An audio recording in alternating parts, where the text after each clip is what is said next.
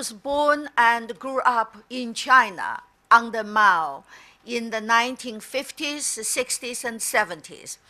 And in those days, I was a child, I wanted to be a writer, but I could never say to myself I wanted to be a writer.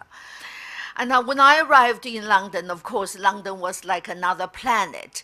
And this was the time I then lost the desire to write. Of course, life was so exciting and in Britain, and I didn't want to write because to write for me would be to look back and to look inward and into a world which I wanted to forget about.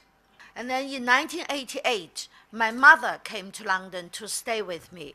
And for the first time, she told me the stories of her life and the stories of my grandmother and her relationship with my father.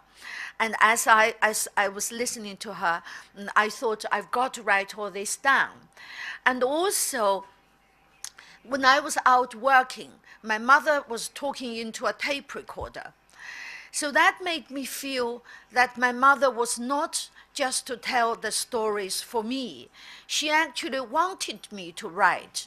It was as though she knew I had this unspoken dream of becoming a writer, and she wanted me to fulfill this dream and to communicate our stories to the outside world. And since I became a writer, then I was thinking about writing another book.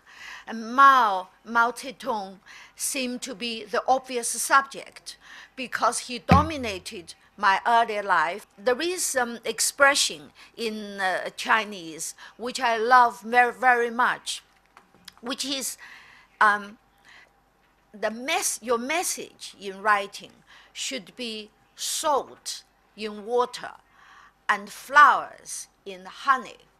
And the salt and the flowers have disappeared, but their taste is everywhere.